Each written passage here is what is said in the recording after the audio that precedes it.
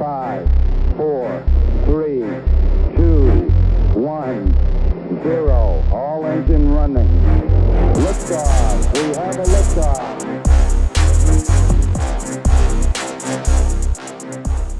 All right.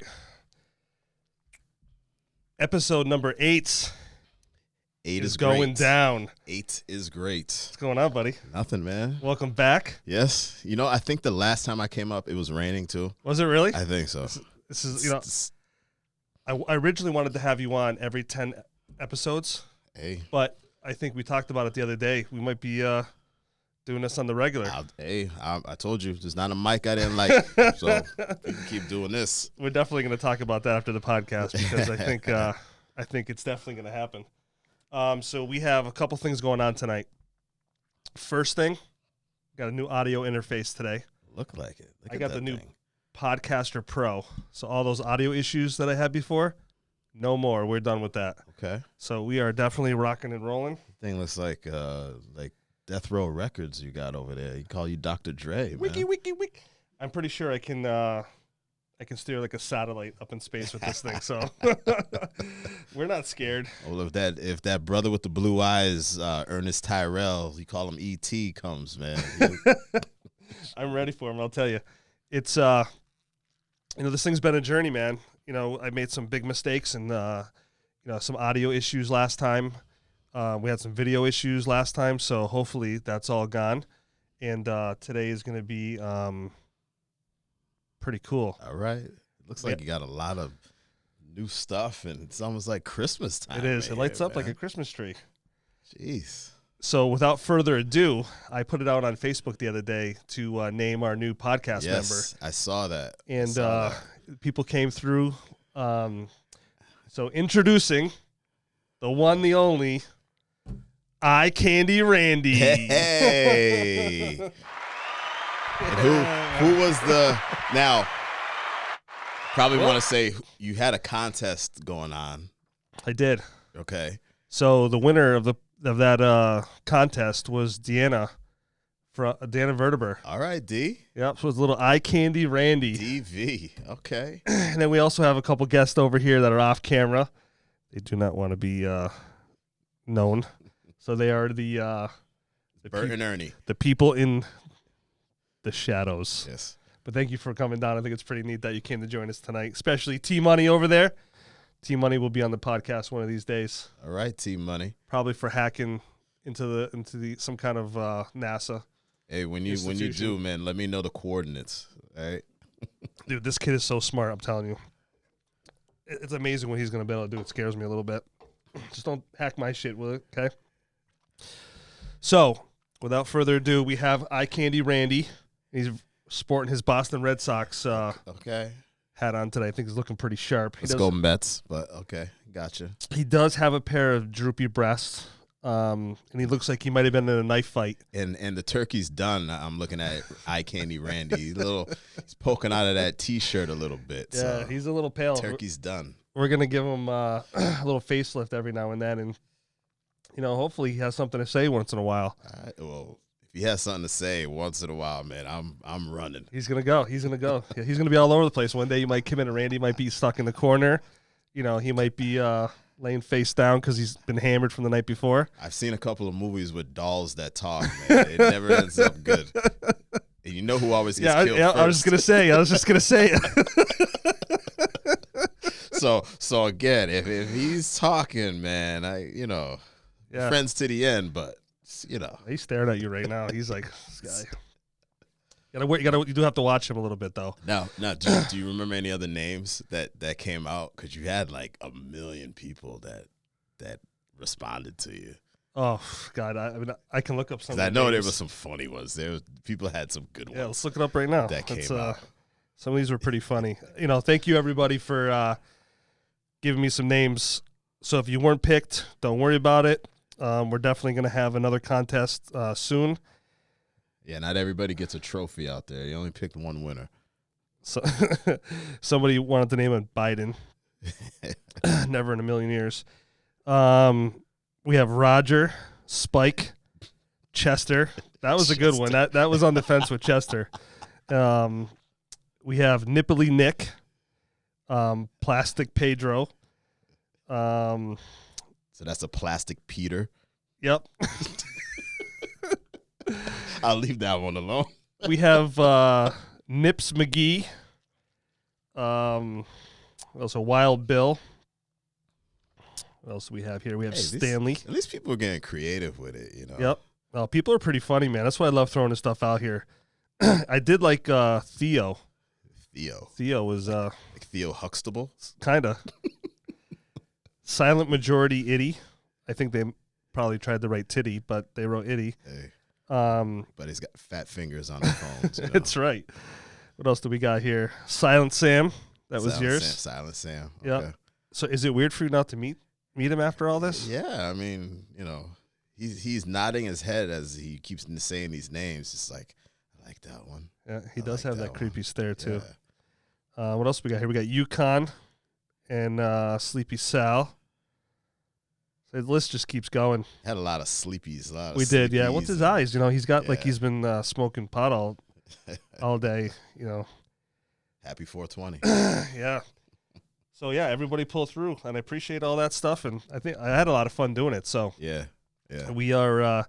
We'll definitely like to keep that kind of stuff going. Yeah, man, that makes it fun, and then it's, you know, a topic that you can bring up, and then it's, you know, everybody sits there and thinks, oh, what can I say?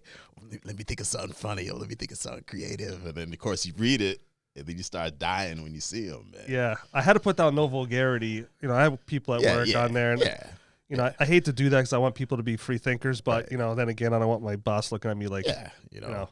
But it is what it is. Yeah. And we already know you, so you know it's like, you know, we know you. But. I was gonna put it in the comments like DM me anything other than that, but you know, eventually one day he'll have the Boba Fett helmet on. All right.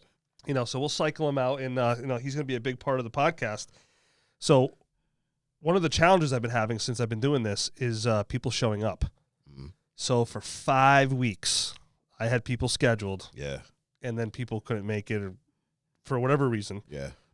And I'm not going to lie, I got a little bit upset. Of course, yeah, man. It's you're trying to do a show. Yeah. You're trying to start something, and you know, yeah, things happen with people, but I mean, obviously, week to week to week to week, you're like, yo, you know. Yeah, it's tough, man, because I want to bring out content to people. I want people to enjoy the show, you know, and I want people to be part of this show, you know, and I get it. Like, I'm definitely not going to throw any names out there, but you know, it was one of those things where it takes a while. I mean, you see what it looks like in here. You know, it takes me a good hour and a half to get everything going, and to make sure that we have everything that we need and stuff like that. So, PSA note, I don't know if that's what you say it, but make sure if you want to come on the podcast, just show up. Be here, please. You know, life is busy. I get it, but I just the people that I invite on. I like them so much. You know what I mean? I just look forward to that time. Now, are you getting no call, no shows? I did. I did. Come on, man. Come on. Yep. Everybody's professional. Everybody knows what it's about to schedule or have an appointment or do something. Like, just, you know, let them know. It hurts right here. It hurts right here. Sometimes I cry myself to sleep, man. You know? Like the other day, I was supposed to have somebody on Saturday that was going to start their own podcast. 2 girls that I had met the previous week. Yeah. I was so excited about showing them, you know, because the vantage point from the camera versus what it looks like as we're looking out that way is totally different, right? Right. So, you know, you guys have a perfect advantage of what that looks like both ways. And, you know, so does Randy. Right. You know? Right. So, it would have been nice to have shown them, but they're going to be on hopefully this week. Yeah. One of them's a realtor, so I get it. Realty right now is crazy. Yeah. You got to make the money when you got to make the money. Sure.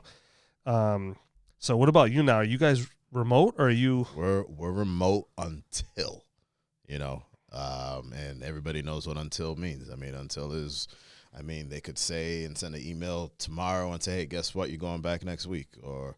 You know, I don't know when the color changes happen. I mean, I don't know if it's like the leaves on the trees or if it's every few weeks that they try to do it. But they say we're remote until right now. You know, it's already been 90 days. You know, the one thing about it is you've been remote for 90 days already. Yeah, we've been remote since. I didn't know that. Since day one. Yeah. Oh, wow. Because we Yeah. just went remote again for Yeah. at least 2 weeks. Yeah. Hopefully I got that right because I don't want anybody in Westside like, no, it's not. But I'm pretty sure it's been remote since day one. And the thing about it is, and I'll be honest with it, and I'll say this, is that we've been this way for 90 days. I know they said until, but this might be another 30 days. Right. It might be another 60 days. So we have to already get in a rhythm of like, hey, if it's going to be like this, I got to know what I got to do. And that's both staff, students, parents, everybody. That's the big thing. Right. Because everybody's like, oh, I can't do this. I can't handle this. I don't know what to do. It's almost like if you like a job. If you got a task that you're supposed to do and you can't figure it out, you'll figure it out somehow, some way. Right. And this is the same way with all the remote stuff. It's just, who knows? Some schools are going back, for like a week or two, and then something happens, and then they're like, oh, we got to shut down for 2 weeks. And then it's, oh my God, what do I do? Like, prepare yourself. Know what's about to happen and prepare yourself and be ready for it. Right. It's like freaking Black Friday shopping. Yeah. Everybody knows it's coming. What do you do? Oh, I gotta get this. I gotta get this. I gotta do this. Everybody preps. Everybody gets ready for it. Do the same thing with this. Did you do any shopping this weekend? Yeah, we did. Did you really? Actually, Do you go out on Black Friday? I did, or we did. We went out Black Friday. Marion usually does they'll sit around Thanksgiving night, map out their battle plans like they're playing Risk, and get everything where they're gonna go. But this year was different, So we woke up Friday morning, went up to the outlets, and banged it out. It was quiet. It was good. They had it secure. They had everything. Some stores had lines, some didn't. We were in and out quickly. It was fine. It was safe. It was good. Yeah. A lot of sales. So it was good. Yeah. I didn't go. I haven't gone in a few years. I used to go out with a friend of mine from Canada. I used to drive down to see a friend of mine. Yeah. He used to stay for the weekend, and we go out Black Friday, and boy, did we raise some hell. Yeah. Oh, we had so much fun. But he doesn't come down anymore. Right. And so shout out to Dipper. The Big Dipper. He's a big boy. Big Dipper. One of my old Xbox buddies I met through a friend of mine. Yeah. Turned out to be one of the best guys I've ever met. I could tell you stories off air, but it's pretty funny. Like, he's one of those guys that constantly checks in, Right. make sure everybody's doing good. Yeah. And he lives, in America's top hat. Right. Or America's hat. So, so remote. We just went remote Monday, I think yesterday or Really? today. Really? Yeah, today. Yeah. For Man. they say the next 2 weeks, but I mean, you never know. See, then that's the thing. You what's today? It's going to be December 1st. Yep. So you're going to go 2 weeks. Okay. It's going to bring you mid-month, and then you got Christmas break coming up. Yep. So you're going to go back to school for 4 days, and one of those days is a half day. So and then you're going to have these, whatever grades, everybody. It don't matter if you're a senior or you're in 6th grade. You're like, it's 4 days before Christmas. You ain't trying to learn nothing. Yeah. Like, come on. I just read today that the Northampton motel or hotel, or the hotel in Holiday Inn. Northampton, is closed until February now. Really? Laid off almost the entire staff. So no New Year's Eve down there, because that's All the done. big thing That's the in big thing. Northampton. A lot of businesses are closing up, man. It's starting to get really scary. Yeah. Yeah. I mean, I'm taking a beating, what I'm doing, and a lot of people out there are taking hits. Mm-hmm. And I guess if you work in the liquor business and the chip business, you're doing pretty good. Yeah. Yeah. How's it been working remote there, T? You like it better? Yeah. I don't know if I could do it, man. I mean, back in the day. Really, since day one? Really? Oh, okay. And you can make that choice. Like Sure. there's some people that. Yeah. Yeah, this kid's got a sweet setup, man. Yeah, I'm a little jealous. I'm not gonna lie. Yeah, he does. He's a good student. He's a good egg. T's always been. I call him T Money, because back when he was a little guy, he probably still does, but he's a saver. Saves all his dough. Yeah. Yeah. Nice, man. Nice. You should. Well, that's the trick. He spends your money. See, you should do your own show on one of these. Matter of fact, if you do a show, I'll send it to some of my students, man, that I have to talk to. Yeah. We're gonna have him on when all this stuff gets done and he doesn't have to wear a mask anymore and stuff, because we want to make sure T stays safe. Yeah. We're gonna have him on, and it's gonna be fun. You have a good time. All the with girls are gonna be calling me up. Yeah, man. They're gonna hear you on this. They're gonna hear that voice. That kid? Like, oh my god! He's gonna have to be signing autographs. Yeah, and man. I can't wait. Your world will change. It will change. It will. Not for us anymore. No. But for you, your future is ahead of you. So, the elephant in the room is: are you going to take the vaccine? Man, I got the golden ticket for that. What are you I don't know talking if I'm about? going to do it. I got the green ticket. I You're got the gonna green do ticket. it? I got the green ticket to the Himalayas. I got the green ticket for the vaccine. I'm gonna tell you that right now. No, I look. I got my COVID test done twice. Passed them both. With 85. Passed them. That's a good. And it was one of those things. I work with students, work with the sports. That's why I did it. I know a lot of people are like, oh, you can't tell me what to do. Look, it was free. Insurance pays for it. Yeah, I don't mind the test. The test isn't a big deal. And not to change the subject real quick, but I saw your post talking about Boston Road getting COVID. Let me tell you something. I'm telling you, that was I went scary. that day just to do something else up on Boston Road. I almost turned back because I thought the traffic was that bad for where I was going. Yep. And it was nope. That's everybody doing the COVID. So I'm like, no. There. What I was doing up there was the Veterans Council does food boxes. Oh, I got my test the first time. Actually, the first time I did it was at Eastfield Mall, but that was 2-3 months ago when it was kind of first, talked about. Pulled up, 30 seconds, in and out. And then West Side, the town, did it, I don't know, 2 weeks ago or something like that. And showed up early. Was maybe, not even going to lie, I was probably the 10th car in line, in and out. Really? Yeah. Yeah. Yeah. Yes, it kind of depends where you go. I couldn't believe it. I mean, yeah, but that was crazy. It wrapped all the way around, and then it went to 3 lanes and stuff. And I was just like, "Oh, we were out that day just trying to get get that freezer full." Yeah, and so we go to Osa State Job Lot, right? Yeah. And I should have brought the can on today so I could show you guys. But this can of tuna fish was, I swear, it was the size of that helmet, tall, and just as around, right? Yeah. So I picked up like 4 or 5 of them, right? Because you can dole them out, freeze them, and then so this guy walks up to me and he goes, "What would you need with a can of tuna fish that big?" I go, "Have you ever seen a can of tuna fish this big?" He goes, "Never." I go, "That's why I'm buying it." That's like the episode of Seinfeld I just watched. Kramer did that. Got all that stuff, man. I think he had that big old tuna thing, man. Yeah, I'm not panicking like I did the first time. I did. I panicked a little too much, I think. Yeah. And so now I just make sure we get the freezers full. I definitely got enough for 2 weeks. Yeah. I got to be careful because the government says if you have more than a certain number of days, you're a terrorist. Yeah. So you have to be careful. Yeah. But yeah, I mean, all kidding aside, I have enough now I don't have to worry about that. Right. If anybody needs anything, I'm one of those people that my house is. Yeah. You come to my house, we'll take care of you. You got something. You know what I mean? Yeah.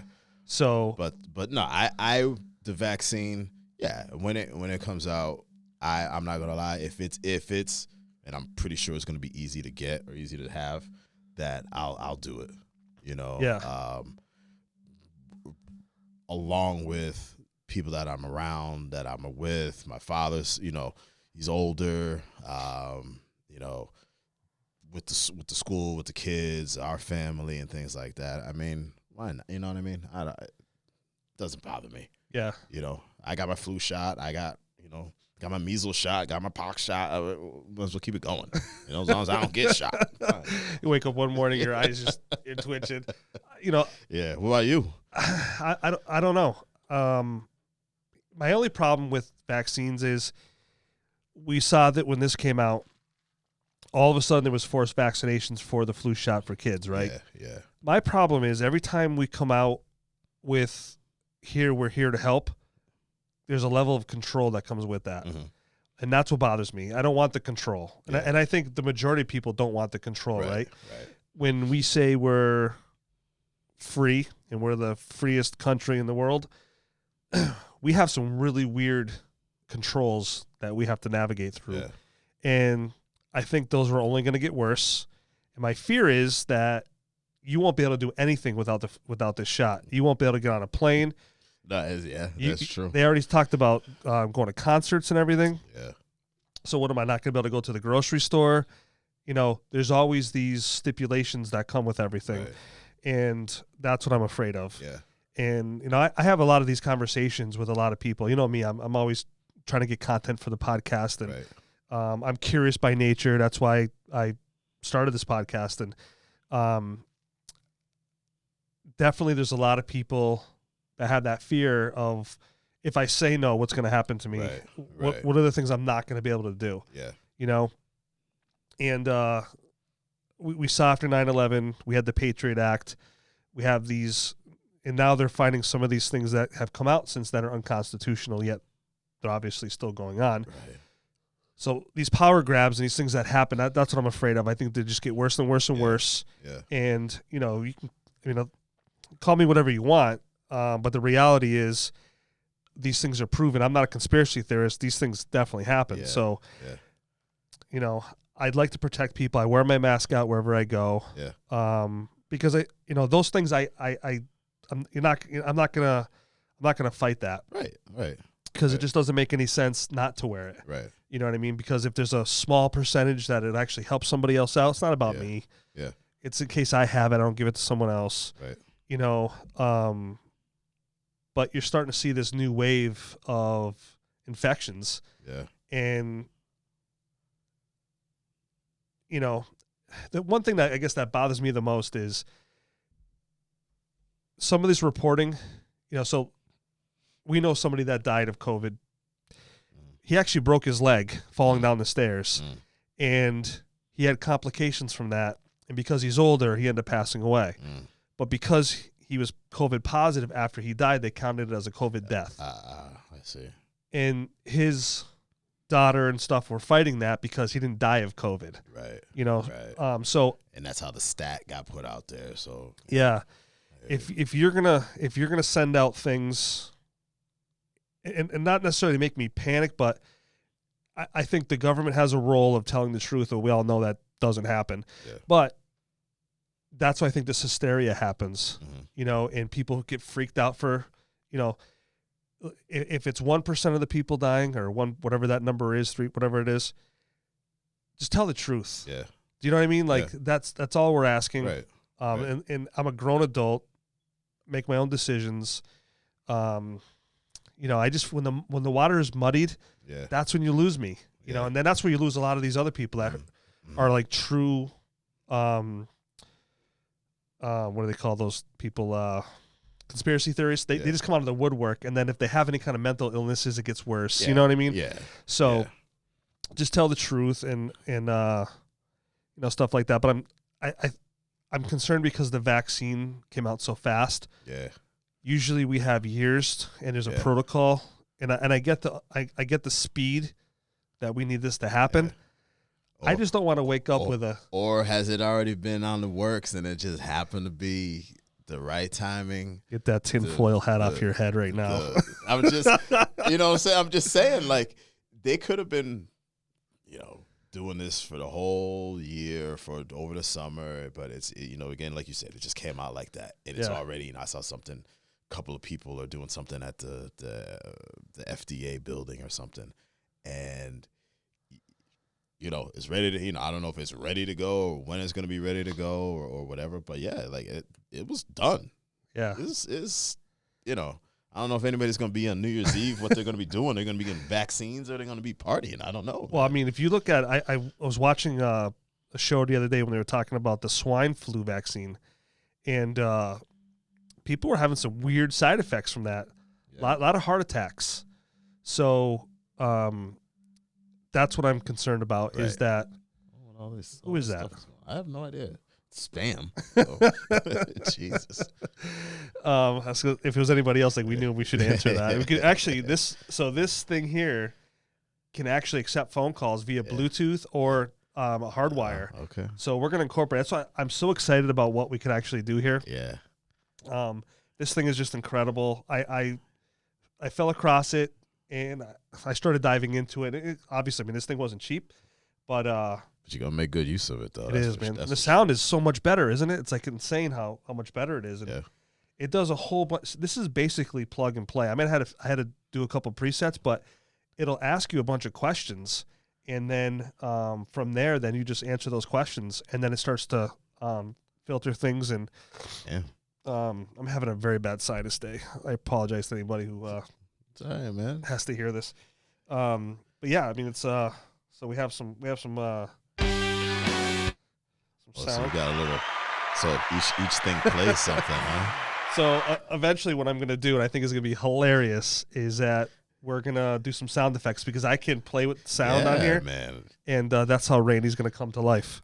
You're gonna have that ready, like you got your, it's like a drum machine or something. You can put any different sound effect on. If Randy says a joke and nobody gets it, we're gonna hear this sound in the background. Crickets. You guys can't hear this, but you'll definitely hear it. So one of the other cool things I'll shut that off. One of the other cool things that I want to do is I want to have another camera set up there, like an angle. So if anybody wants to just sit there, if they do want to be on camera, it'll be going the whole time. But if they want to join in at certain points, they can do that without being here. So I think that's pretty cool. My buddy Mike has that option, his podcast. That was one of the guys you had on, like a couple weeks ago? I don't remember what episode that he was on, but he was shortly right after you came on. Then he invited me on his podcast, and he's just knocking it out of the park. He's got like 30-something episodes so far. So, we're on episode number 8, which, talking about like progression. Yeah. The last podcast I said was 8, was actually 7. Yeah.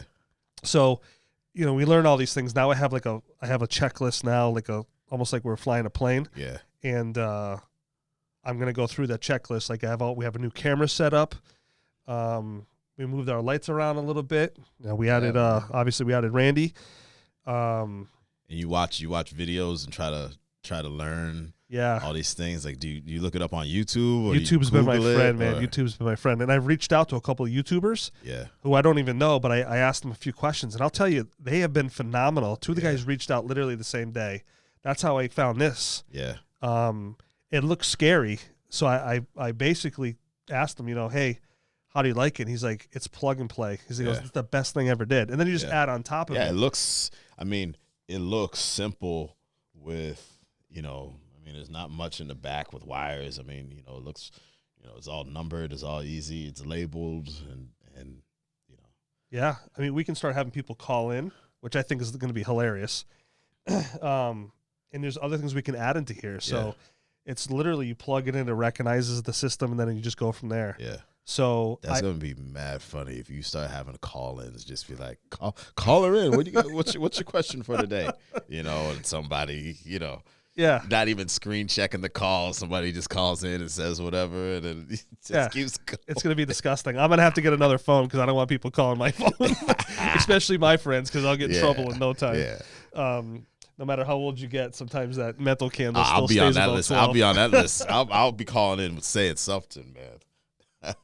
I'm telling you, it's been it's been a crazy learning experience. Like, I'm not a reader. I'll read when I have to. Like, I read a lot of stuff for the podcast when it comes to like politics and stuff. Right. But when it comes to like this kind of stuff, I can read it, but I can't apply it. So I'll bring my phone down here. I'll watch the video on YouTube, and then I'll apply it through whatever it is I'm doing. That's how I learned how to do all of this. It wasn't easy at first. Like, I got aggravated a few times. Yeah. And I'm not going to lie, like the camera angles, I had a horrible audio problem last time because my son wasn't here to help me. Yeah. He's got the computer program on his computer. That's why I went to this thing. So now I'm pretty self-reliant. But I finally said, like, I had enough. Like, I got to get to a point where these little, and I can't be hard on myself. Yeah. And that's definitely what I was doing. You want perfection. You want to make it right, though. So yeah, I understand what you're saying. I want people to enjoy it. Right. You know what I mean? Right. And I just felt like they weren't getting what I promised them. Yeah, the full pluff. The full pluff. Yes. You know what I mean? Yes. I want it to be 100% in your face. You can't handle the ploof. Mm-hmm. You know, and that last time I had 2 great guests on with me, Jen and Jen, but I was using Audacity, and Audacity's really made for one speaker, and it'll pick. So come to find out, it wasn't even picking up these mics, even though I could see it Right. on my my old interface. It only picks up really this mic, and when you hear them, it's actually being picked up in this mic. So Okay. it's tingy and weird. Yeah. And, you know, and I got really upset because they're 2 very close friends of mine, and I want it to be special for them. Yeah, You know what I mean? yeah. So Yeah. what I really got to do at the end of the day is I got to learn to just give myself some grace, Yeah. and to know that I have people that support me, like my friends here tonight. This was really awesome that you guys are here tonight to see this. But to see that process, you know, Right. and how I evolve. And I finally just had to say, you know what? I got to start getting this right. Yeah. So let's buckle down. And what get you to can it. do too, and I'm pretty sure you've already done it, is you watch watch the episode, is the camera angle look good on this one? Does the sound is good on this one? Does, is the light need to change a little bit, or, different things like that. So it's like, you don't want to be hard on yourself, but it's like, you're like, no, I want to make this, if I'm doing this, I'm going to do it to the full potential. Right. I'm not going to half-ass this thing. Yeah. I'm going to make it work. Right. And then again, for yourself, you got it on YouTube, and whoever might see it, they might hook you up with something. They might give you some pointers. They might say some other things too. So it's like, you're like, yeah, okay, that'll work. This may not work. But again, like, you want to make it enjoyable, comfortable. You've had some podcast people come on here before that, they do their own shows, and you kind of give and take a little bit. So it's like, yeah, you want to make it good, man. Yeah. You want to make it work for yourself. Yeah. Just not getting frustrated and not clearing my throat every 10 seconds. I'm so aware of that now. Because I watch these before I edit them just to see where they are. And I'm like, God, it's got to stop clearing your throat. Yeah. But it's the whole sinus thing. Yeah. I've been blessed with vicious sinuses, So yeah, I mean, just that progressive forward is really what I'm trying to accomplish. And I have some great ideas, but I think I need a permanent partner. Yeah. So that's why me and Matt were talking. Hey. I think Matt might be the man. We set a day, man. I could do this every week. I don't mind. Yeah, I think it's gonna be great. Like, so how are you like on current events and stuff like that? Are you?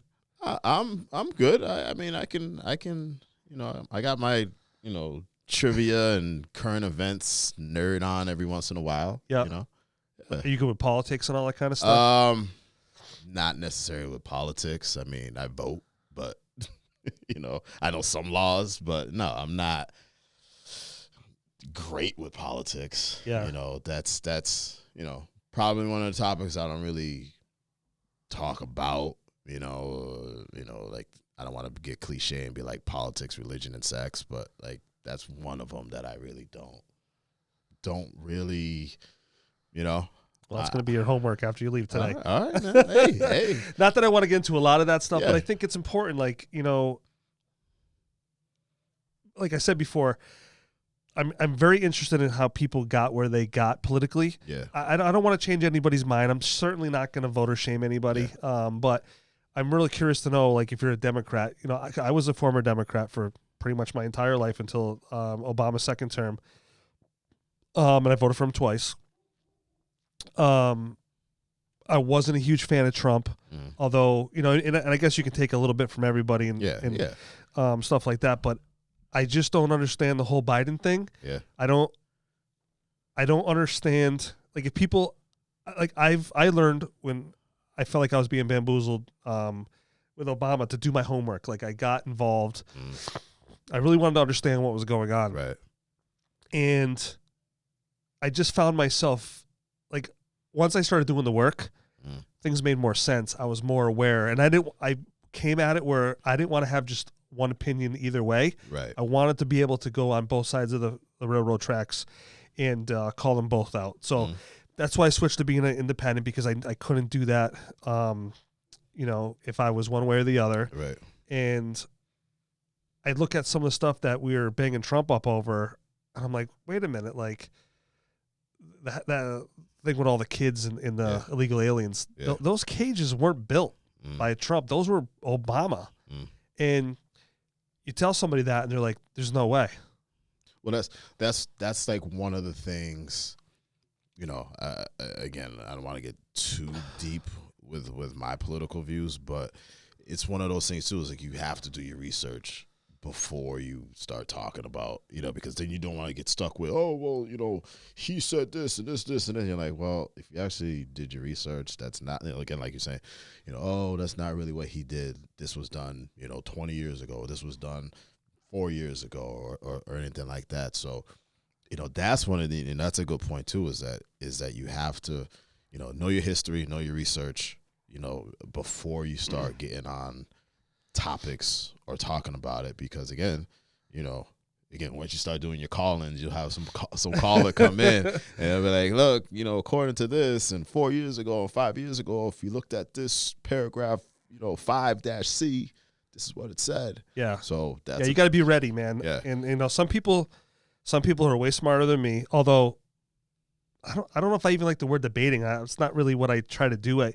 More of a discussion. Like, so the discussion I had the other day was, how come we are okay with Biden and Obama doing certain things that didn't anger you at the time, but now you want to go after Trump? But why wasn't this an issue before? Did you not know? That's one thing. You know, I'm okay with that. But now that I'm explaining that to you, what's your feelings on it now? Talk to me about that. You know, and then it's the people that you talk to, because, you know, you look at the age of the people you talk to. Then you look at the demographic of the people you talk to. Then you look at the ethnicity of the people you talk to. So everybody is somehow, you know, the sex, male or female. Somebody's going to have something to say, but it's the people you talk to also. And that's what, that's exactly what I want. Different people on the show. I want anybody and everybody can come on the show. Right. I that's the only way I can grow as a person and to understand, you know what I mean? But I see these other shows out there that you can definitely tell which way they lean, right, you know, right. and that's their audience. I get it. But at the same time, this is an open platform. Yeah. I've had people from all sorts of race, religions. My buddy Joe, who's gay, came on and talked about his struggles growing up, which was really hard to listen. You know, I find it hard to not that it's hard listening to it. It's hard to listen to his words that he has to say, that he had to struggle that much to come out. And he's lived it. Yeah. You know, you it's different when you live it and you hear about it. It's two different things. Yeah. So let me ask you something. Like, you growing up black, how did that? Like, yes. You know what I mean? I don't know if you know that or not, but so how was it like for you, especially now that it relates to what we're going through today? I mean, parents were together. Lived in Chicopee. Same neighborhood growing up. My father's in right now. You know, talking on that, I'll say one thing in particular. You know, when people say, "Oh, don't live here because you're gonna get robbed," or "Don't live here because they're gonna mug you, or they're gonna rob you over here." Look, my parents lived at the end of the street in an old family neighborhood. Older couples, kids, you know, multiple, you know, 4 or 5 children, grandchildren, this and that, and their house got robbed. You know, house got robbed by the next door neighbor's friends. You know, the daughter's friends. Oh wow, were the ones that did it. So, you know, so that's the one thing. You know, people talk about where you live and this and that. You know, I was always the Franklin from Charlie Brown in school. Yeah, you know, I was the one brother in the class. You know, or 2 or 3 of us in the whole school. You know, elementary school.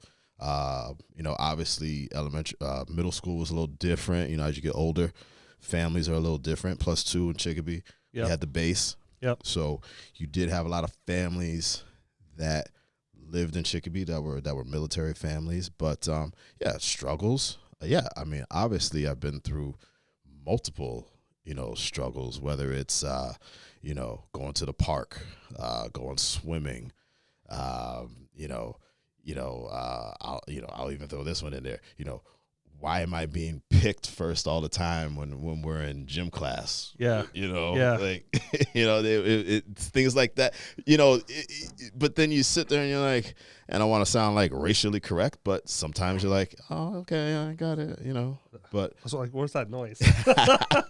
Because I can't see you, but You can hear. But I mean, yeah, you look at, struggles, work situations. I've been through the, he doesn't want to, the boss really doesn't want to say anything to you because he thinks you might go off on him. And it's like, really? Like, come on, man. Yeah. Like, first of all, you really get to know me as and most people probably watching this know me. Like, they know what I'm about. Yeah. You know what I'm saying? You know what buttons to press, you know what to say or whatever. Yep. 2 older brothers. I'm pretty sure, obviously, with age differences and growing up, they're born in the 60s, so they went through the 70s, 80s, 75, late 70s. How old's 80s. your oldest brother? Shoot, now you can put me on the spot. Mike's gonna kill me. He's 52. Wow. I think. Yeah. 52. John's 51. I'm 45. Yeah. Hopefully I got that right, because I'm not good with birthdays. But no, you look at them growing up. Well, shoot, let me backtrack a little bit. You look at my parents growing up, dealing with the 40s and 50s, Right. and they can tell you a number of stories, and then you think, like, really? Like that? Yes. They went through a lot of different things. My mother was from Georgia. My father was from Brooklyn. They both moved up here to Holyoke, and obviously families and things like that getting together. But my brother's older, growing up. So you go through all those differences. You go through, the schools that we went to. Bellamy Comp wasn't a, East Side High like in Lean On Me. Right. But you still, still had to kind of, find your way and what's what. And yes, you always heard you dress too nice. You don't dress like this. First of all, I wasn't a good dresser, period. You keep saying that, but I don't remember that being true. I was wearing Bobo shoes. I didn't get my first pair of jeans until like 8th grade. You know what I mean? Like stuff like that. Like I didn't have this, the gear. I didn't have any of that stuff. I didn't have like the freaking Nike jumpsuit or anything like that, or the gold chain or anything. Like you kidding me? You think my mother was buying any of that stuff? Right. Hell no. So yeah, struggles and what you deal with, what you hear, relationships, oh, my daughter can't go out with you because, you're black and I can't hang with you because, a lot of different things, Yeah. that you dealt with. But on the flip side of that, there's also the people that are mad cool, that don't think about that's not even a topic that, it's not even a concern, Right. Which I look at now with my kids, especially my youngest. She's dark skinned. She same kind of situation with the schools that she goes to, and I see her interact with her friends. They don't even. It's like they don't even. It's not even a Right. It's not even a thing. Right. Like they go hang out, they go to this place, they go here, they hang out, they sleep over, they do all these different things, and you kind of look at it like they don't even see a color. Right. And then you hear and if you've been through situations and everybody goes through it. Yeah. But things happen, things are said. You just have to, stay positive. If you have a good base, family-wise, we talked about this before with family, friends, your support your dad staff. was the pinnacle. Yeah. Of doesn't care who you are. He always was glad your to see you. Your support staff and people that are around you will help you and will keep you knowledgeable with all that stuff too. And you can't, somebody calls you a name or somebody says you can't be fighting every single person. I mean, come on now. Right. Right. So that's the other part of it. Yeah. You taking off? You got to speak up. We can't hear you. Okay. You can't whisper, man. All right. I appreciate nice it. meeting you guys. You guys have a good night. Okay, you got it. You got it. Yeah, when this whole thing was going down, the last couple of years, the one thing that always, and I don't know if I just forgot it or it just came back to me, but I think you might have been with us that night that we were in Carl's Samurai. We got pulled over on the drive. Yeah, yeah. So I was the only white guy in the whole car. And the first thing the cop did was come to my door and ask me if I was okay. Do you remember that? I remember that. And I remember looking at him that. like, are you fucking, like, remember of that. course I'm fine. These are my boys, Yeah. you know? Yeah. And I remember going home that night and I told my mom, I'm Yeah. like, and she's like, wow. And over the years, I forgot about that. Yeah. But when this whole thing came up, I was just sitting by myself one night. I'm like, I just remembered that. Yeah. And Like- it's funny you say that. I've been in that situation probably more than not, where the one or two people in the car with us, get asked that question. Are you okay? Like, fine. Yeah. Yeah, man. So do you think, like, I think everybody can get behind the whole Black Lives Matter thing. Do you think that the group has tainted any of that progression with the looting, Yeah, I mean, you that can't. whole thing? So let me give you a perfect situation. If I go loot freaking Best Buy right now, does that mean what does that mean?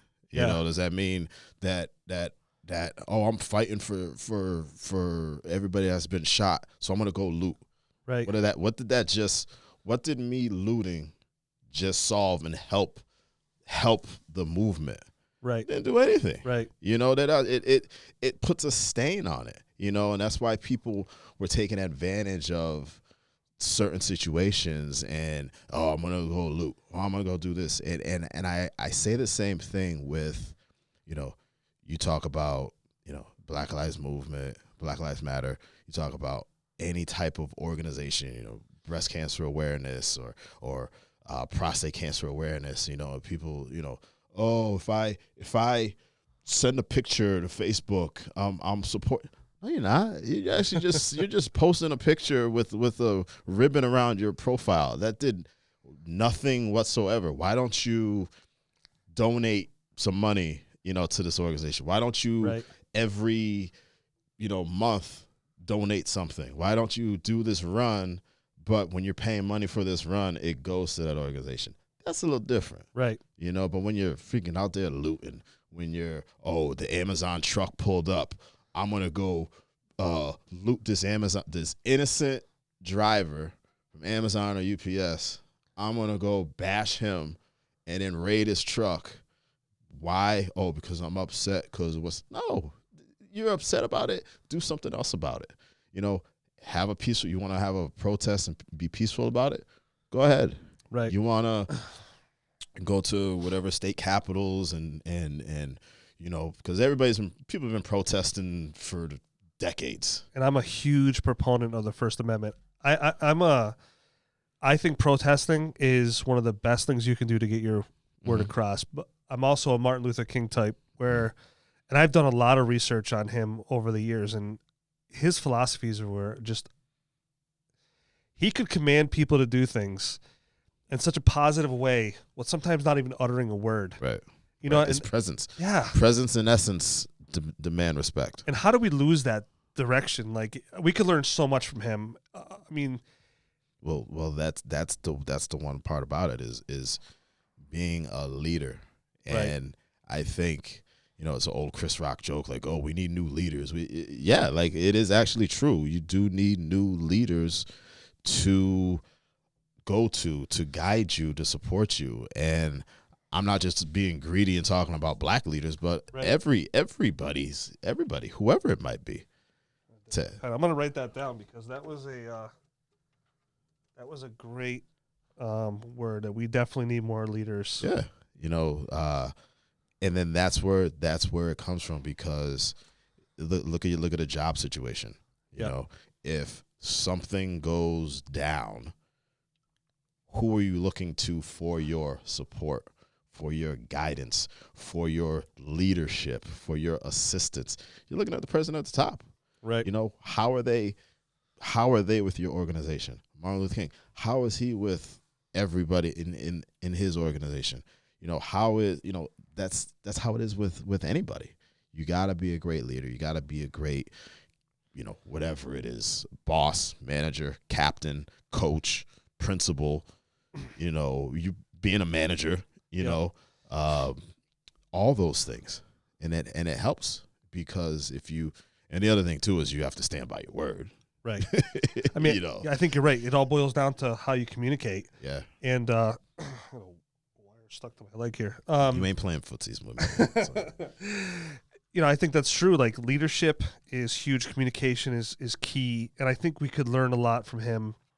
I think things would have been totally different if we would have taken it from that perspective. And I worry about that. I worry that cause is going to be watered down. And it's going to do nothing for the movement that needs to happen. Yeah. Well, hopefully that changes. And as much as I'm not a big fan of Biden. Well, look. I'm going to give the guy a shot, even though look at a perfect situation right now. And I'm not knocking everybody out there. I'm not knocking organizations. That's not what I'm trying to say right now. But before the election, everybody had their say. Their protests. They're saying this, they're saying that. Yeah. Now we've gone after the election. Where's everybody right now with Black Lives Matter movement? Yeah. Where's everybody on Capitol steps protesting? Where's everybody, marching through the streets? I'm not knocking anybody. Don't say, oh my God, he's talking about this and he's Everybody's black in the and room he's going, not. oh, I can't believe he said that. No, but what I'm saying is, and this was my point. And I said this prior to the election, and I said this prior to when all these protests and things were going on, is that it's not what you did in July. What are you doing about it in December, in January, in February? Are you still supporting? Are you still making an impact? Are you still talking about it? I have ex-roommate of mine in college. He was all about the protests, all about being there and supporting everybody. He was there at he lives in Rhode Island. He was there at every protest or rally they had at the Capitol building back in August, September, October, November. He's still doing it. It's going to be December. I know he's still doing it. Yep. And that's what you need to do, is continue whatever your belief or whatever your First Amendment right. I want to talk about this. Continue to do it. Continue to support. Don't just freaking election's done. I'm good. Right. I showed up. He's or the other thing. Oh, I went to the rally last Saturday, and because I was there, I made a difference. Well, what about this week? What you doing? Right. Who did you speak to anybody else about it? Did you talk to anybody else about it? No. Well, that's what I'm talking about. Yeah. Continue to support or continue to progress is the thing. That's the key, is progression. I'm always saying, if you're not moving forward, being stagnant is not a good place to be. And hopefully, again, like this podcast will help. Hopefully, bring those conversations to the table. Be able to talk about it. Like, I hate the fact that people just don't want to talk about these things. I didn't feel uncomfortable talking about it with you. I mean, I've known you forever, but you also are that kind of person that I think if I invited someone who didn't know, you'd have that same conversation with them. Right. But I think that's the point of difference, is having those conversations, having a place to come. So hopefully this does do some good. And then plus too, you also know who. Again, your company, who you're with, and again, you don't. It is good to talk about it. It is good to bring it out, but also people know when to kind of ease back a little bit or not to say certain things, because again, you're not trying to spark anything. You're not trying to spark a freaking fight or disruption or anything like that. And I think that's the other part of it, is people like, oh, I don't want to say this. No, speak, but also too, like, don't be stupid. Right. I think that's the other part of it. That's what a lot of people have a problem. Right. You know what I mean? Right. You got to be able to articulate. Yeah.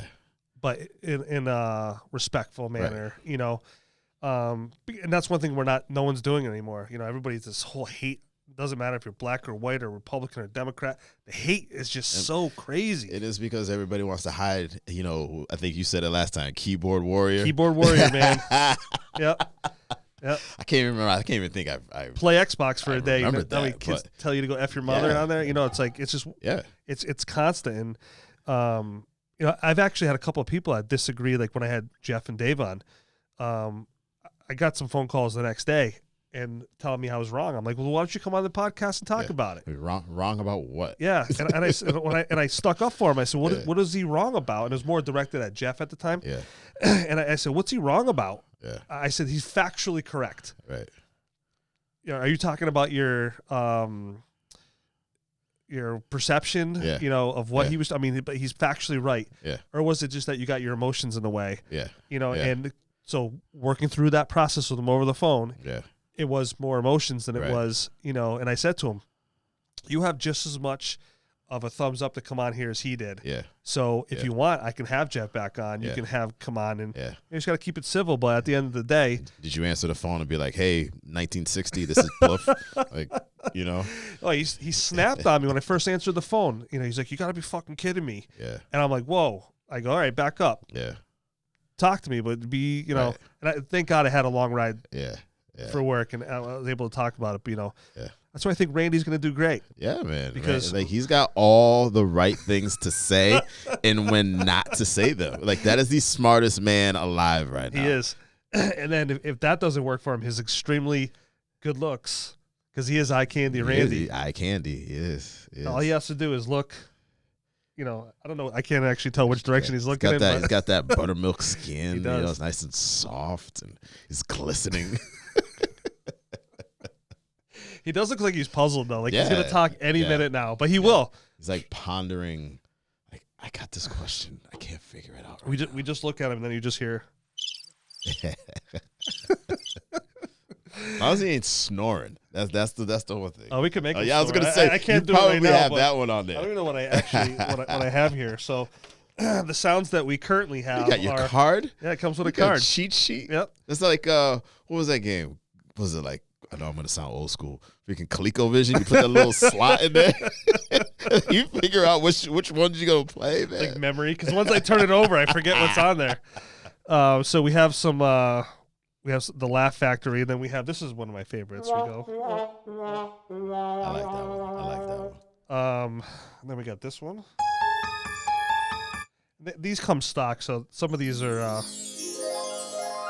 That's a favorite Oh, right there. shoot. That's like, hey, feel like I'm gonna change into something. That just man. gave me a little tingling up my Yeah, spine. man. You know, then the good old, you know, so I can change those. So that's how we're gonna bring Randy to life Yeah, again. man. We're gonna. Yeah, man. You're gonna have some fun with that damn thing. Randy's gonna have a lot to say. You're gonna be playing with that. Cheryl's gonna be mad. You're gonna be down here playing with that damn thing. Well, I'm gonna try to get her to give me some voiceovers, and then I'm gonna try to put like when she's yelling at me, that's going directly right over here. You're just gonna be pissing her off for no damn reason, just so you can just like, you know, you're gonna do something. You like click. We've been know? trying to get one of her friends. So when she first had her brain injury, she developed a friend through Facebook that she started reaching out to, because we weren't getting anywhere with the doctors, and Yeah. you know, Bay State Medical Center is as much as they do stuff well. If she had a sports related injury, we would have had access to all these better doctors, and Yeah. they literally after her brain injury, they gave her some speech therapy, some physical therapy. And then they sent us to a physiatrist who is just somebody who deals with the head to the toes, but really not a master of anything. Yeah. And over the course of time, I became very aggravated with him, and he wasn't a people person. You know, I have a real big problem with doctors who, when they come sit you down, it's like talking to Randy. Do you know what I mean? And I want somebody who's a little bit personable, who understands, Right. you know. You don't have to walk in and just be like, "Oh, I'm here," you know, and yeah. but have some compassion, Yeah, right? yeah. And I finally got aggravated with him because she was on Topamax, I believe, at the time, and he just kept upping the dose. Mm-hmm. So they call Topamax Stupamax at a certain point because you literally just sit there like a vegetable. Yeah. And she was starting to be like that. And I said, that's not fair for her, because so I didn't understand what a physiatrist was. So I'm talking about doing the work. I'm sitting there Googling his. Yeah. So I read it real quick. We're this close to him. And I look up and I go, wait a minute. You're not an expert on brain injuries? He goes, no. I go, why am I here? You're like, hell no. And I said this whole time. And so I said, we're done here. Yeah. As of today. And we need to go someplace that's going to give her the care that she needs. And I just felt totally betrayed because I don't know about brain injury. That was my first time dealing with this. Yeah. So finally gives us to another doctor. She goes out on maternity leave, so we get, I believe it was a physician's assistant, if I'm not mistaken. I won't say her name, but I will tell you this. There's a special place in hell for this one. So she asked my wife one day if she was a drug abuser or an alcoholic. That was her first questions. Yep. And I looked at her and I said, are you serious? And I said, my wife was a Girl Scout leader. My wife was a executive at Mass Mutual. I said, this is what you come up with? Yeah. Where did you even come up with that? And she really couldn't say much of anything. Yeah. And then she was supposed to make an appointment with one of the best doctors in the state, and called back and said, your health insurance doesn't cover him. I remember sleeping on that night. I'm like, you know what? I don't care what this cost me. She's going to that doctor. Yeah. So I told her, get up in the morning and make the appointment. So she did.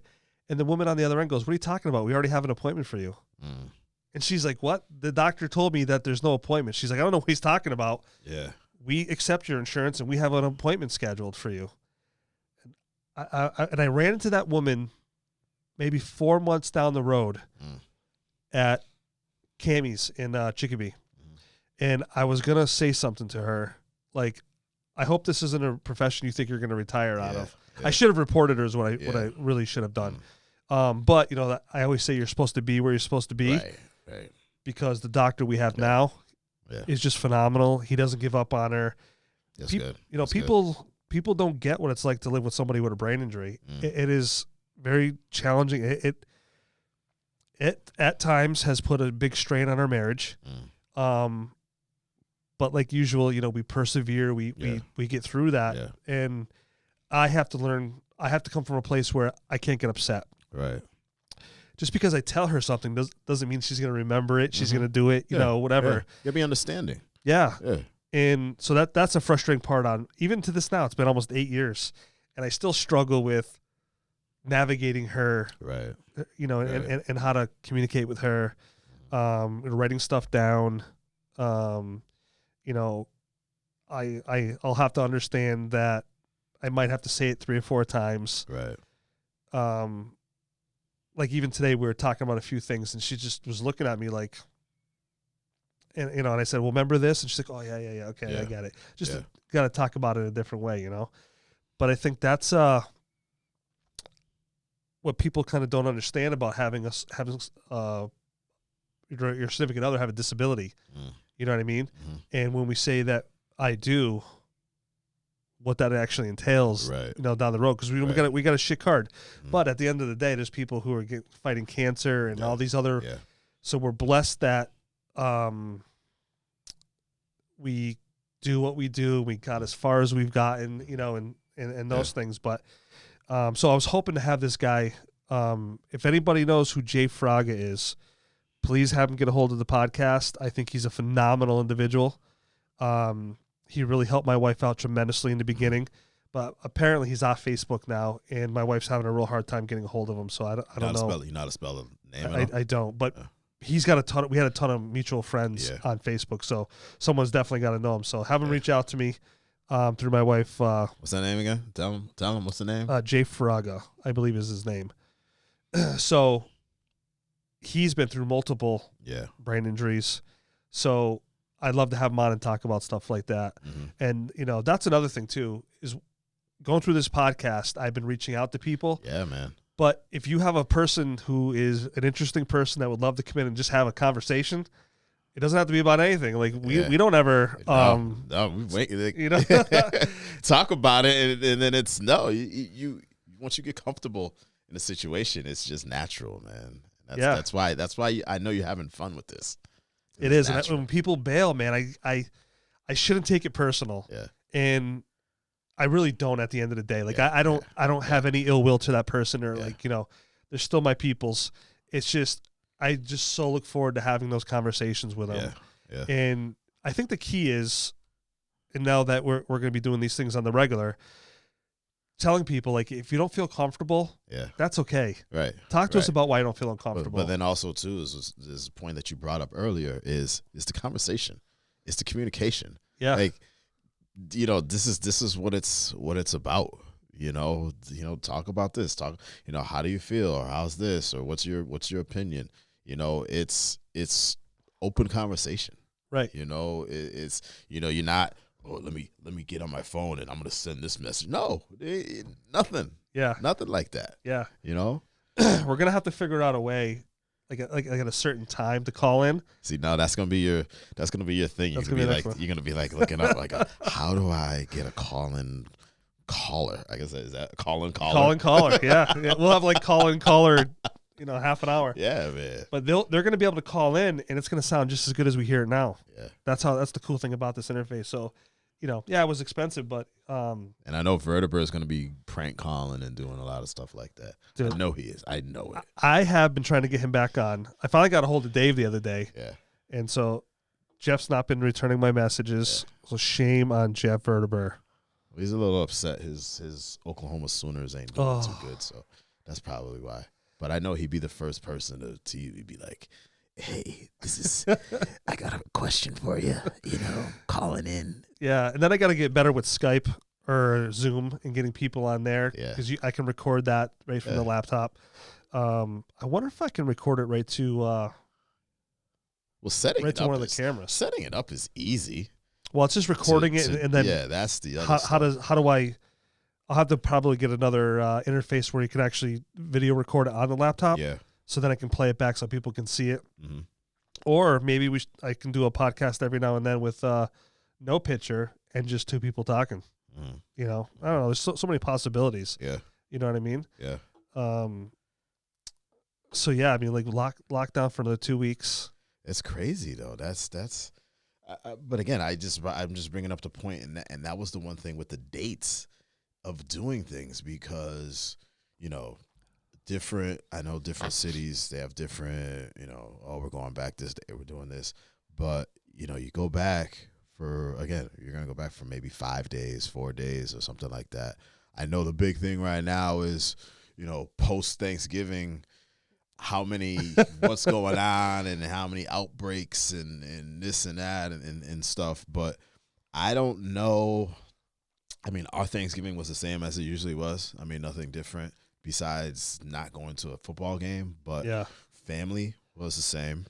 I would assume 80-90% of everybody else was pretty much the same. Yeah, so the same way. We couldn't go over my mother's. We couldn't go over my in-laws. Yeah. It was just me, my daughter, and my wife this time. And in the beginning, it was just going to be me and my wife. Right. My daughter was going to go to her boyfriend's, and I'm like, that was weird for me. Yeah. I like being around family and having that time, you know, because you only get to do that every so often, and felt like I'm being gypped.